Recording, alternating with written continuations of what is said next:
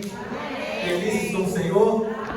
Amém? Eu creio que Ele vai falar muito aos nossos corações. Eu quero compartilhar algo com vocês que já tem dias, que o Senhor vem falando comigo a respeito desse texto. Eu andei até compartilhando, com a minha esposa lá em casa, as coisas que Deus vai trazendo ao meu coração sobre um momento vivido por Davi. Nós vamos falar sobre isso nessa noite, sobre as convicções as quais ele teve em um momento de adversidade. Essas convicções sustentaram Davi, fizeram com que ele não viesse naufragar e como também deu a ele toda a resistência necessária para que ele permanecesse de pé até que a vitória se manifestasse em sua vida. Então Davi, por causa da sua postura, ele pôde ver o agir de Deus, ele viu a manifestação da glória de Deus em seu favor, e assim aconteceu um milagre e a vitória lhe foi concedida pelo poder do nome do Senhor. Amém? Amém. Então eu quero ler com vocês Salmo 56, nós vamos ler o versículo de número 8.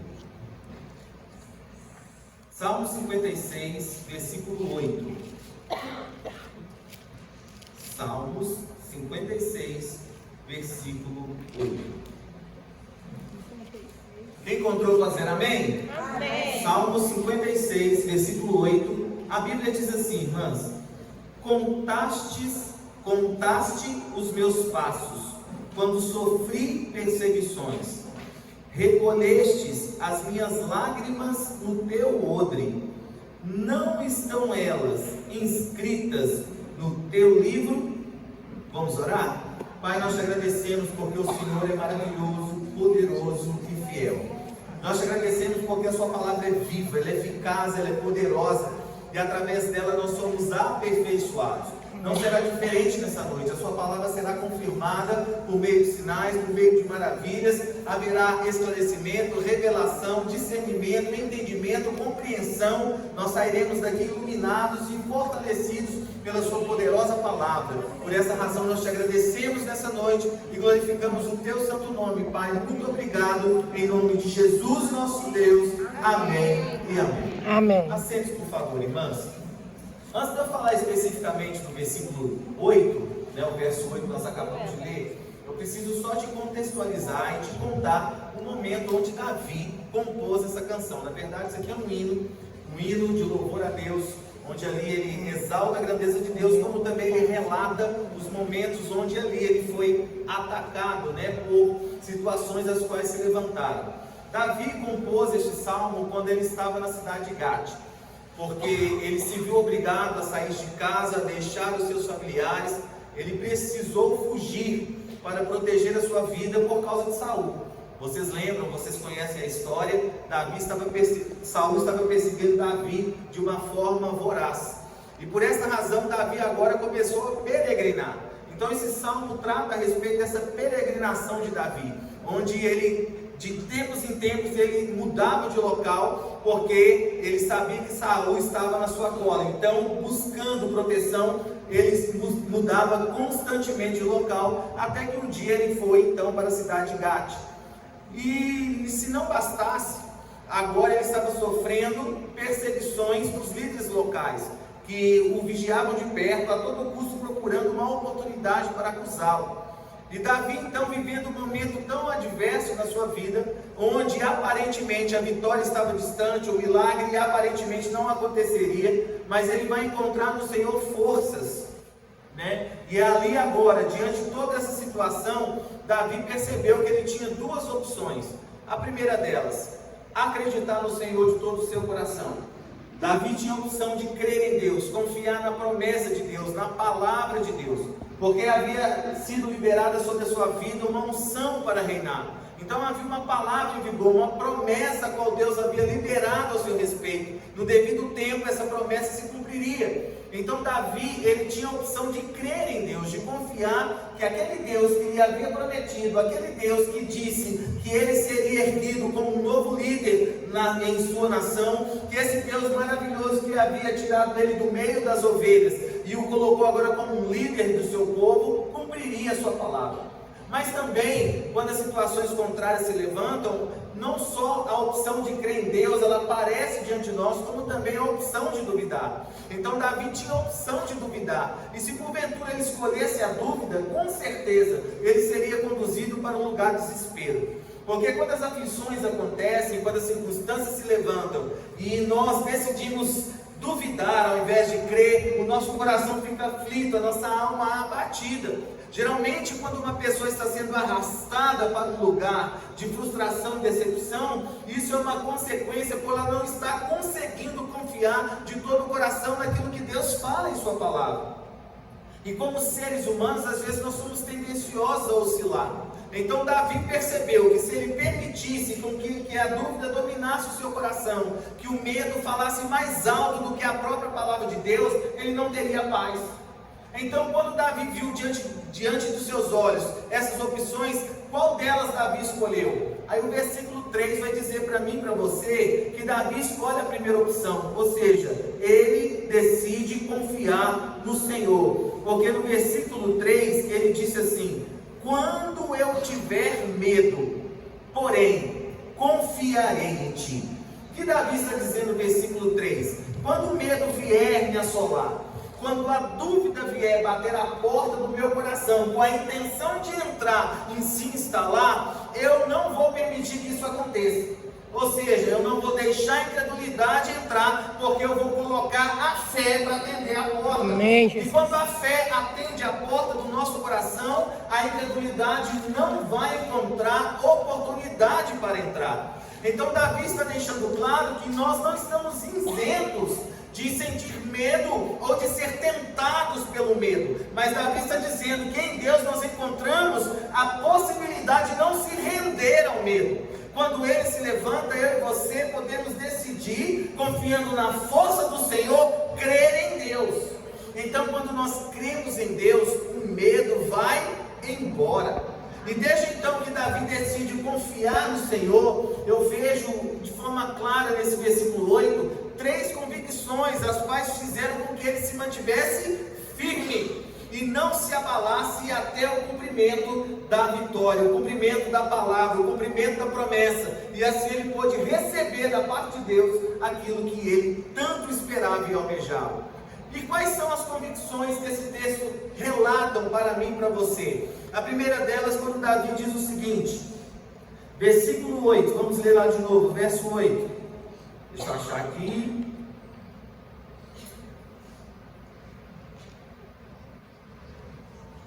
Espera aí, mudou a versão que eu quero, a versão que eu estava nela antes.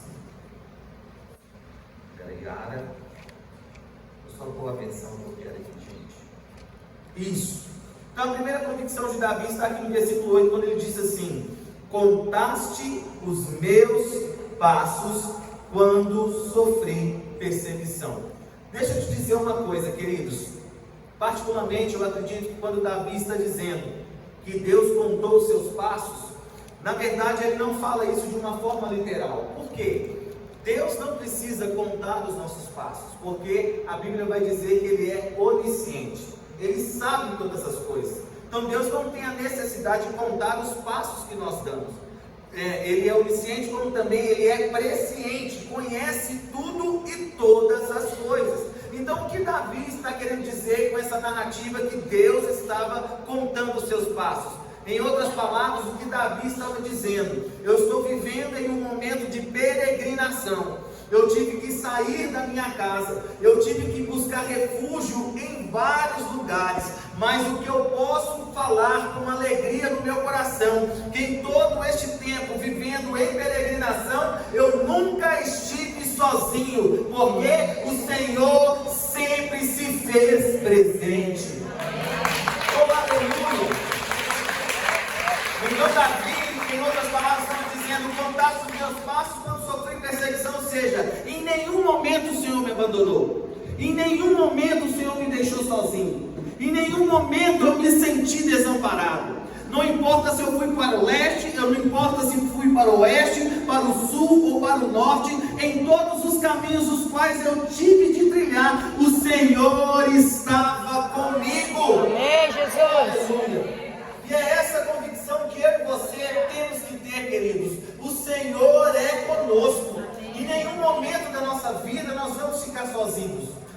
nenhum momento da nossa vida nós vamos ficar abandonados, porque Deus não nos deixa, Deus não nos abandona, Deus não vira as costas para nenhum de nós, Ele é conosco até a consumação dos séculos, queridos. Aleluia. Quando Deus fala lá em Hebreus o seguinte: eu não vou te deixar, eu não vou te abandonar, é para que eu e você tenhamos a convicção que nos momentos nos quais as situações se levantam, Deus não vai desertar, Deus não vai desistir, Deus não vai fugir, Ele vai ser conosco, Ele vai ser por nós, porque a batalha dele não é nossa, e através do seu poder nós vamos experimentar a manifestação da sua glória, porque a presença dele vai garantir sucesso onde quer que nós formos, irmãos. Aleluia. Onde quer que você for, a presença de Deus garante o sucesso. Então Davi sabia que ele não seria engolido por Saul. Ele também tinha convicção que ele não seria destruído pelos líderes filisteus. E da onde Davi tirou essa certeza? A certeza foi tirada pelo fato de ele entender que Deus era com ele. Deus é com você.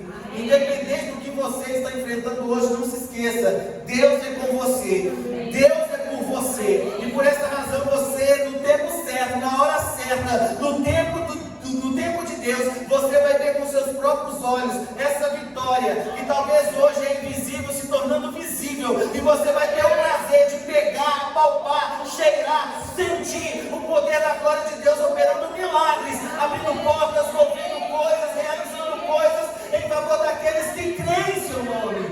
Amém. Oh, aleluia! Aleluia. Davi estava convicto que Deus era com ele. Você precisa ter essa convicção. Deus é com você. Deus é comigo, Deus é conosco. E essa certeza fez com que Davi fosse conduzido para o lugar de descanso. Porque quando nós temos a consciência que Deus está presente, isso nos faz descansar, queridas, né? Isso nos faz descansar. Quando nós temos essa consciência que a presença de Deus é real. Quando Pedro foi preso em Atos capítulo 12, a Bíblia fala que ele é encarcerado, algemado a 2 soldados dentro da prisão. E se não bastasse, ainda havia outros 16 soldados na porta. E o imperador, ou o líder daquela época, o regente daquele tempo, ele teve todo esse cuidado, toda essa preocupação com Pedro, porque em outras ocasiões, o povo de Deus já havia sido liberto de maneira milagrosa da prisão. Então ele queria garantir que isso não aconteceria outra vez. E o texto bíblico, irmãos, vai dizer que Pedro estava dormindo, mesmo tendo uma sentença de morte para o dia seguinte. Porque aquele líder local, ele queria exterminar Pedro publicamente, mas o texto vai dizer que Pedro dormia, e ele dormia tão profundo, que a Bíblia vai dizer que quando ele é tirado da cadeia, quando ele é tirado da prisão, Pedro vai achar que ele está sonhando, ou que era um tipo de visão, aí de repente quando ele se dá conta, ele já estava do lado de fora. Então veja, ele estava dormindo porque ele tinha uma consciência que a presença de Deus era com ele. A presença de Deus, ela é capaz de nos fazer descansar, mesmo quando o vento está forte, mesmo quando as águas estão agitadas. Porque os discípulos gritaram no barco e Jesus dormia? Porque ele sabia que Deus era com ele. Porque quando nós temos essa consciência que a presença de Deus é real e que ela está conosco, isso gera em nós uma convicção plena que Deus vai manifestar o seu poder em favor de cada um de nós. Amém, Jesus. Então Davi tinha essa convicção: Deus é comigo. Então ele vai dizer: contaste nos meus passos. Depois ele diz o seguinte: recolhestes as minhas lágrimas no teu odre, não estão elas inscritas no teu livro? Eita, agora vamos entender isso aqui. A primeira coisa que eu vejo é que não há nenhum registro bíblico. Você não vai encontrar nenhum texto, nenhum versículo, nenhuma passagem sequer em todas as escrituras dizendo que existe uma contabilização por parte do reino dos céus das lágrimas daqueles que estão aqui na terra derramam. Não existe um livro onde as lágrimas são registradas. Você pode procurar, ler Apocalipse, leia todos os versículos e você não vai encontrar nenhum registro. Então, o que Davi estava querendo dizer é que Deus estava contabilizando, registrando as lágrimas deles. O que Davi estava querendo dizer é literal ou era figurativo? Era figurativo. Por que era figurativo? Por não haver nenhum registro bíblico, onde diz que existe um livro onde as lágrimas são anotadas.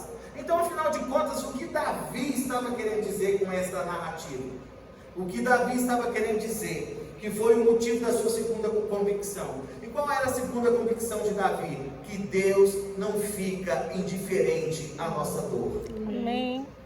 Davi estava dizendo, registra as minhas lágrimas, é o mesmo de dizer, o Senhor está dando importância.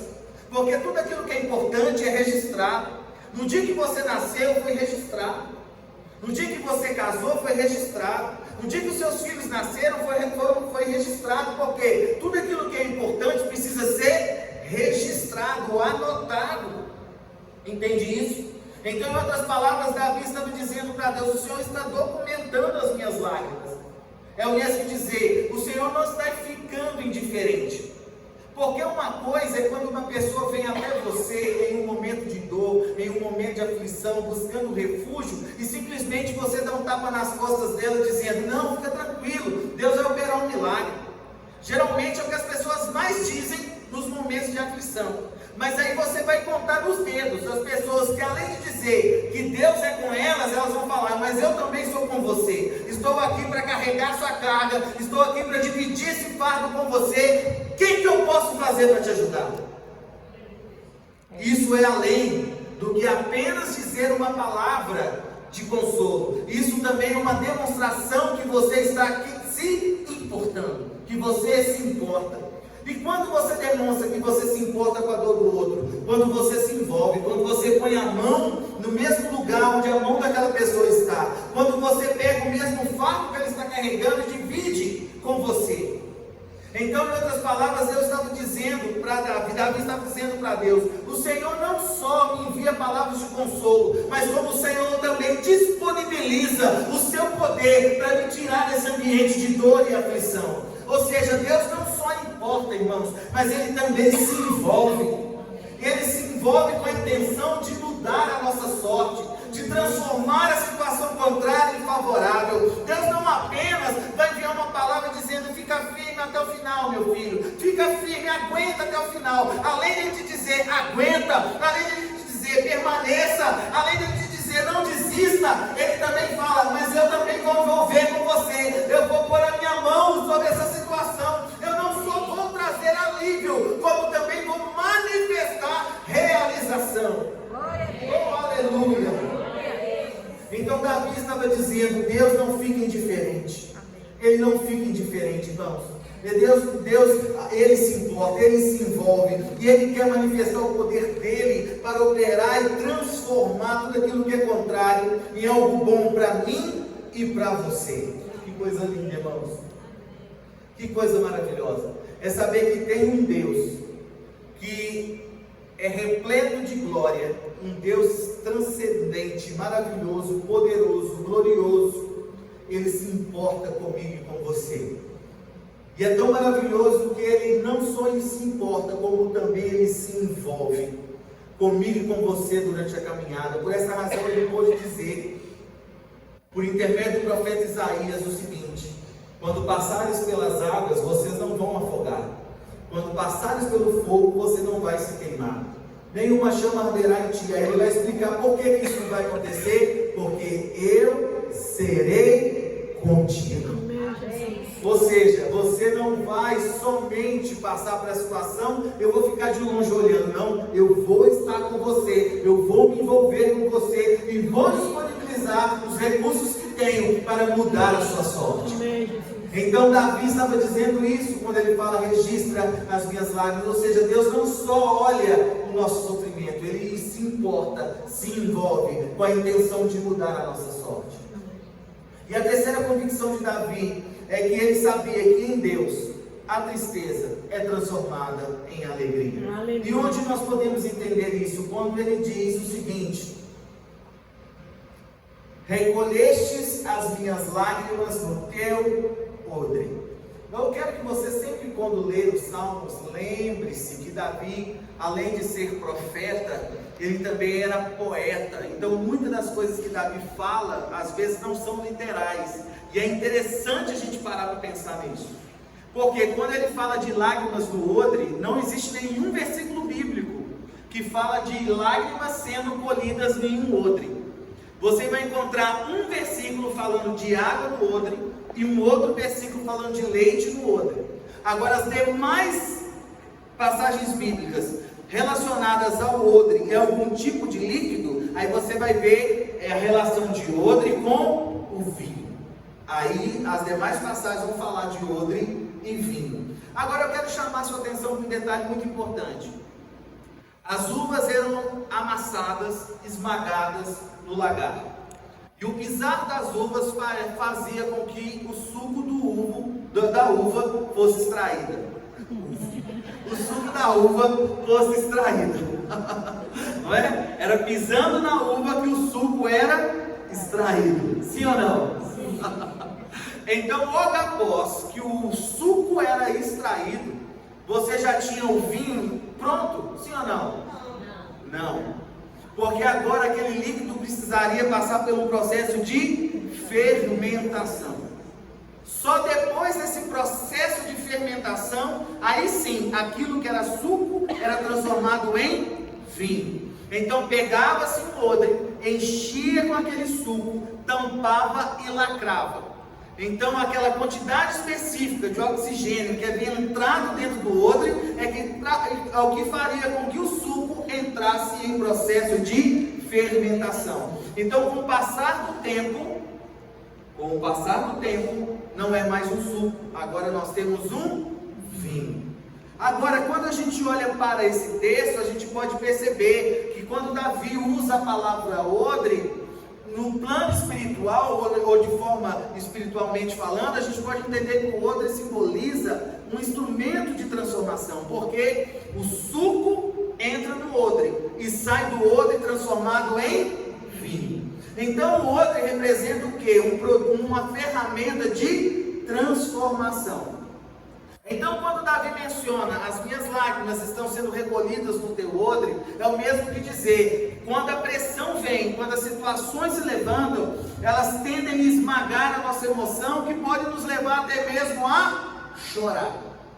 Mas quando nós entendemos que há um Deus por nós, que é conosco e que não nos abandona, e que esse Deus não é indiferente a tudo aquilo que nós vivemos, aquela tristeza momentânea, ela agora vai se transformar em alegria. Ou seja, Davi estava dizendo, eu chorei em alguns momentos, mas o choro não durou a noite toda, porque a minha convicção em Deus me fez perceber que aquela tristeza que outrora queria dominar o meu coração, agora havia sido transformada em alegria. E agora eu não estou mais chorando, estou celebrando, porque estou desfrutando da manifestação da glória de Deus em minha vida. Oh, aleluia! Oh, aleluia! Se você tem chorado até aqui, eu tenho uma boa notícia para você. Essas lágrimas estão sendo transformadas em risos de alegria. Porque em Deus nós encontramos poder transformador, que é capaz de mudar tudo aquilo que gera dor em alívio, tudo aquilo que gera aflição em paz. O nosso Deus é especialista em transformar as coisas. O nosso Deus é especialista em mudar as situações. O nosso Deus é especialista de transformar aquilo que eu e você não somos capazes de nós mesmos, mas Ele é capaz e Ele faz por nós. Nele encontramos poder transformador para tirar todo o peso, todo o fardo, todo o cansaço e transformar tudo isso em alegria, prazer, alívio e conforto, porque o nosso Deus transforma a tristeza em alegria.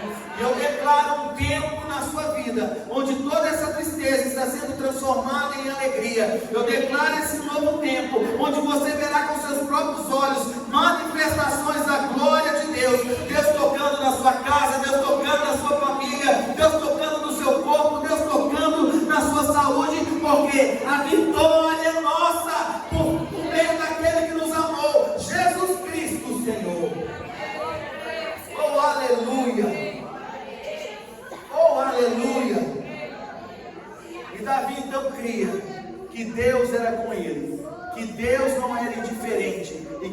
Deus maravilhoso transforma a tristeza em alegria.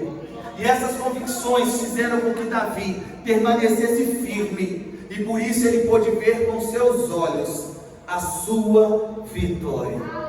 E da mesma forma como Davi viu a sua vitória, eu verei a minha vitória, você vai ver a sua vitória. Sabe por quê? O Deus é o mesmo. O mesmo poder que sustentou Davi é o mesmo poder que nos sustenta hoje. A mesma graça que habilitou Davi é a mesma graça que nos habilita hoje. A mesma unção que deu àquele homem capacidade é a mesma unção que nos dá capacidade hoje. E a mesma intervenção agora experimentou da parte de Deus é a mesma intervenção que eu e você vamos experimentar hoje. Porque o nosso Deus é o mesmo ontem, é o mesmo hoje e será para sempre. Ele não muda. E nós podemos crer no seu poder extraordinário operando em cada um de nós. O que nós precisamos fazer então? Persistir, perseverar e entender que o propósito de Deus é maior do que a tribulação a qual nós estamos enfrentando hoje. Porque quando a promessa se cumprir, você nem vai se lembrar das tribulações. Quando a promessa se manifestar, o gozo, a alegria vai ser tão grande que vai superar 7 vezes mais todo momento triste o qual você viveu ou experimentou enquanto aguardava a promessa. O que eu e você precisamos entender é que a nossa postura como filhos de Deus, e vocês como filhos do Senhor, permanecer firme, crendo que Deus é com você, que Ele não é indiferente à sua dor e que Ele é capaz de transformar a tristeza em alegria. E quando nós nos mantemos firmes, convictos dessas verdades, isso nos sustenta, isso nos fortalece, isso nos mantém de pé, isso nos mantém crendo que o milagre vai acontecer. Não importa se o diabo está dizendo para você parar, não importa se as pessoas estão dizendo para você desistir, não interessa se você já ouviu palavras ou então pensamentos que vieram na sua mente que não há mais solução. Não, a vitória é nossa, e a palavra que garante o sucesso não é a que sai da boca dos homens e nem muito menos os pensamentos que vêm da nossa mente. A nossa vitória vem da boca de Deus. O que sai da boca dele para nós é a verdade. O que sai da boca dele para nós é que vai garantir a nossa vitória. O que sai da boca dele para nós é que vai sustentar a mim e a você até que a promessa se cumpra. Oh, aleluia! Oh, aleluia! Você pode colocar de pé no seu lugar? Vamos orar?